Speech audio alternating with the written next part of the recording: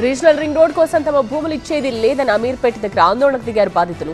ఎవరి కోసం పాత అలైన్మెంట్ మార్చారంటూ ఆగ్రహం వ్యక్తం చేశారు. హైదరాబాద్లోని మైత్రివనంలో ఉన్న హెచ్ఎండిఏ ఆఫీస్ దగ్గర RRR బాధితులు రోడ్డెక్కారు.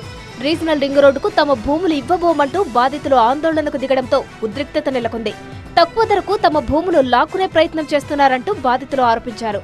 చౌటుపల్ దగ్గర పాత అలైన్మెంట్ మార్చాలని ఆగ్రహం వ్యక్తం చేసిన రైతులు పాత అలైన్మెంట్ నే కొనసాగించాలని డిమాండ్ చేశారు. తమ భూముల జోలికి రావద్దంటూ బాధితులు నినాదాలు చేశారు. ఈ క్రమంలో హెచ్ఎండిఏ ఆఫీస్ దగ్గర ఆందోళనకు దిగారు. కొద్ది రోజుల క్రితమే రీజనల్ రింగ్ రోడ్డు అలైన్మెంట్ కి సంబంధించిన ప్రైమరీ నోటిఫికేషన్ ను హెచ్ఎండిఏ విడుదల చేసింది. ఈ క్రమంలో అలైన్మెంట్ విషయంలో ఏవైనా అభ్యంతరాలుంటే సెప్టెంబర్ 15 లోపు తెలపాలని అధికారులు కోరారు. దీంతో హెచ్ఎండిఏ ఆఫీస్ దగ్గరకు చేరుకున్న బాధితులు తమ భూములు ఇవ్వబోమంటూ ఆందోళనకు దిగారు. దీంతో రంగంలోకి దిగిన పోలీసులు పరిస్థితిని చక్కదిద్దారు.